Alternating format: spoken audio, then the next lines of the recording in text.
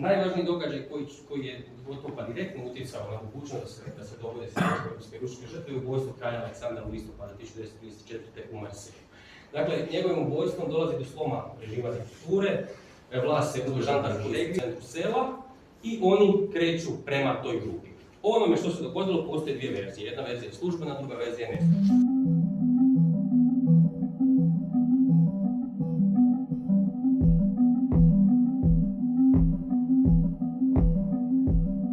Sigurno da su sitinske žrtve jedan od najvećih pojedinačnih činova državnog nasilja u Kraljevini Jugoslavije, jer imate ubijeno 14 ljudi u manje 24 sata. Vi u Jugoslaviji imate političkog nasilja, imate ubojstava, ali nemate ovako surađivati sa lokalnom samoupravom, primjer općina Kvakar, što je Hrvatski institut za povijest postignuo. I naravno, cilj je pokušati koliko je god moguće surađivati sa odgojno-obrazovnim ustanovama.